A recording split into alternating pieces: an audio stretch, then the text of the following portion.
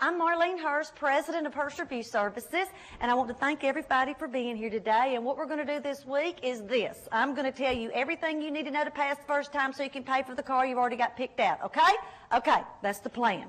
Now, let me tell you a little bit about Hurst Review so you'll understand how we're different than other reviews that you may or may not have taken before. First of all, we are not going to read to you for a week. What we are going to do is teach and explain the content so you'll be able to answer those critical thinking and application questions like you're going to have on boards, all right?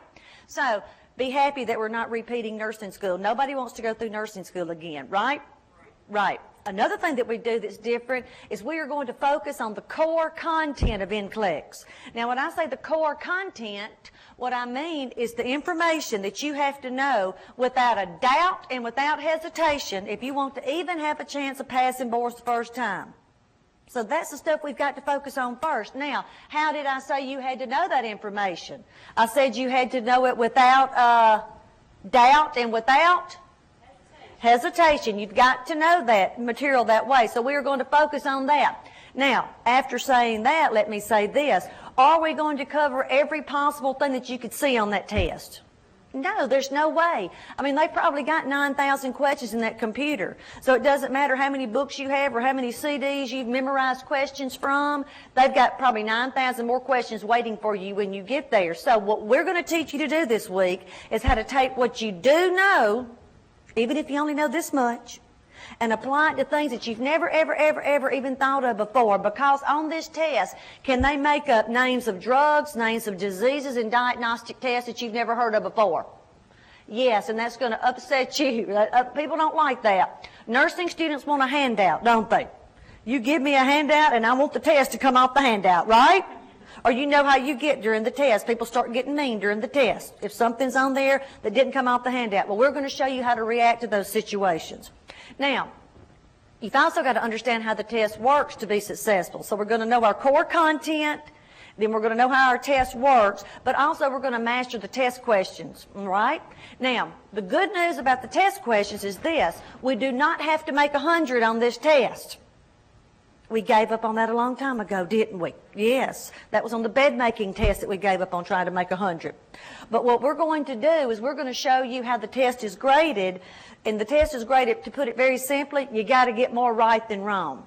Now, the first thing that goes through people's mind is this. Well, nursing school wouldn't have been any big deal if all I had to do was get more right than wrong throughout nursing school. But see, in nursing school, you have to make a grade, don't you? Like a 77 or an 80 or an 82, depending on where you went to school.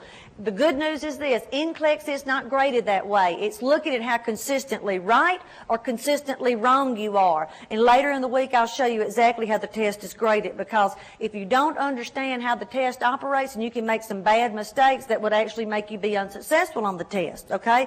So we've got to understand how the test works. The other thing I mentioned was the test question.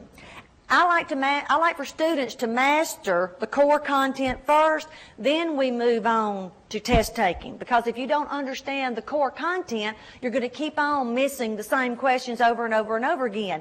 And I'm going to show you how to answer the questions in a way to make the NCLEX people happy. Because isn't that who we want to make happy? Yes. The NCLEX people are scared of you, okay? They're scared you're going to hurt people. And so I'm going to show you, hey, that's what the test is all about. I bet in school your teachers told you that the test tests minimum competency. Yeah, everybody's heard minimum competency. In other words, the most minimum scary nurse you have to be before they'll turn you loose on the floor to take care of people. The most minimum. Well, that gives people a false reassurance because they think, well, I went to the hardest nursing school. I've already got a job over here in the neuro ICU. Surely I'm minimum, or they wouldn't be letting me work over here. Yes, they would, wouldn't they? Yeah, they'll let people work over there before they pass their test. But I don't want you to get a false reassurance, all right? The test is very hard, and I'm going to show you how to answer the questions to make the NCLEX people happy. And the good news is this. Every single person in here can pass this thing the very first time they take it, okay? If you choose to, because I'm about to lay it out to you exactly like it has to be. Basically, there are 3 different levels of questions on the test. Low, medium, and high. Now tell me something. What level of question do you want to get on the test? Tell me. I heard high. Yay, that's what you want. A lot of people say they want low level. because they're thinking, ooh, I want the low. That's the easy stuff.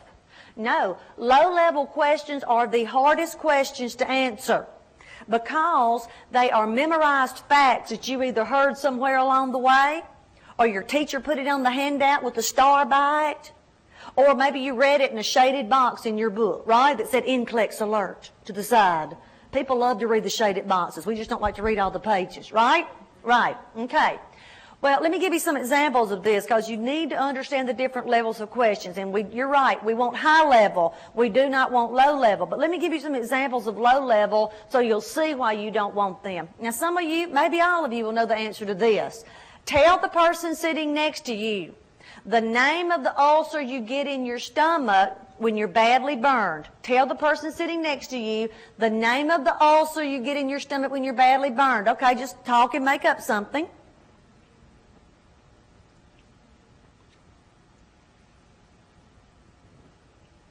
Anybody want to take a guess at it? Anybody? Stress ulcer. That would be a correct answer, but there's even a more specific answer. Okay? Now, remember, y'all, this is a low-level, easy question. This is why we don't want these, all right? Because if you've heard the answer to this somewhere along the way, great, it stuck with you because it's going to be weird. The name of the ulcer that you get in your stomach when you're badly burned is a Curling's ulcer, okay? And we're going to talk about that in the burn section, which is a type of stress ulcer.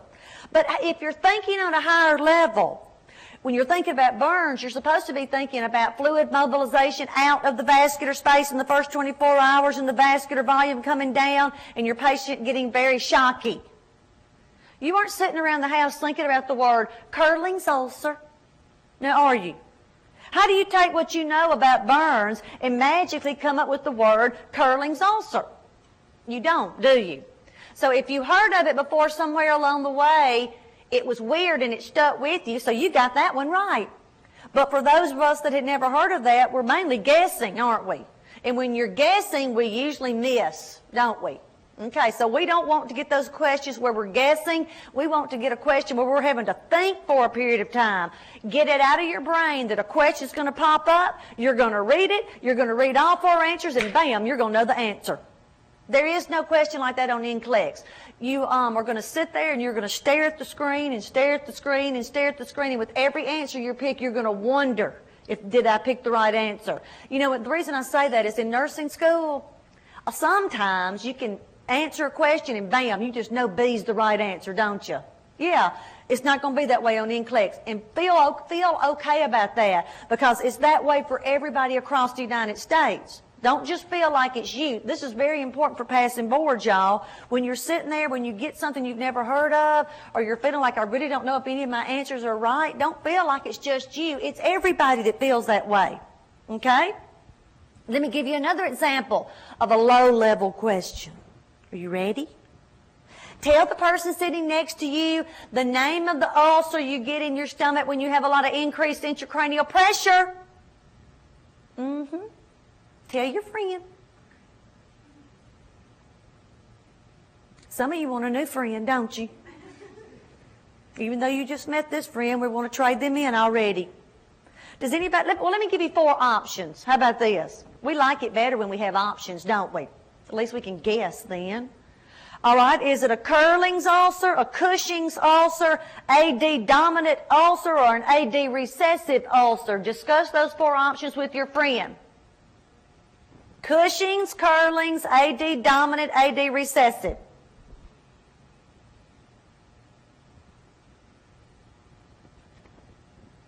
Now, one of the things we're going to do this week is this.